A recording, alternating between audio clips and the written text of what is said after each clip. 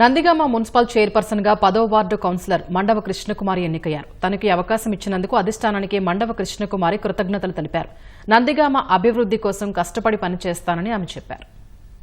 రాష్ట్ర వ్యాప్తంగా ఉత్కంఠ రేపిన నందిగామ మున్సిపల్ చైర్పర్సన్ ఎన్నిక విజయవంతంగా ముగిసింది. టీడీపీ అభ్యర్థి మండవ కృష్ణకుమారి చైర్పర్సన్గా ఎన్నికయ్యారు. ఇప్పుడు ఆ పార్టీలో అధిష్టాన సూచనల మేరకు ఆదేశాల మేరకు కృష్ణకుమారి ఎన్నిక కావడం పట్ల ఆ పార్టీలో హర్షాతిరేకాలు వ్యక్తం అవుతాయి. మనతో పాటు తంగిరాల స్వామి ఎమ్మెల్యే కూడా ఉన్నారు. అలాగే అభ్యర్థి కొత్తగా ఎన్నికైన చైర్పర్సన్ అభ్యర్థి కృష్ణకుమారి కూడా ఉన్నారు. అమ్మ చెప్పండి, ఎలా అనిపిస్తుంది?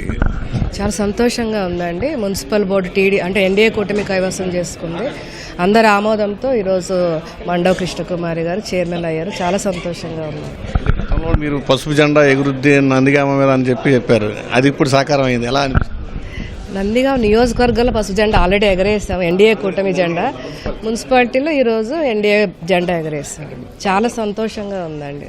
సహకరించిన ప్రతి ఒక్కరు కూడా మనస్ఫూర్తిగా ధన్యవాదాలు తెలియజేసుకుంటాం. అభ్యర్థిత్వంపై చాలా అయోమయం నెలకొంది. నిన్న మొన్న 2 పేర్లు ఇలా వచ్చి దీన్ని ఎలా సార్ట్అవుట్ చేశారు?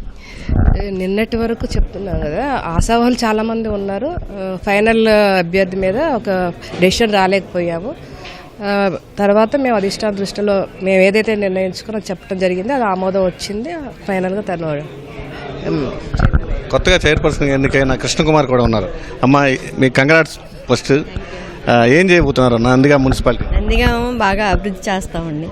మేడం గారి సహకారంతో, కౌన్సిలర్ల సహకారంతో, పెద్దల సహకారంతో, అందరితో నందిగామని బాగా అభివృద్ధి చేయడానికి కృషి చేస్తాం.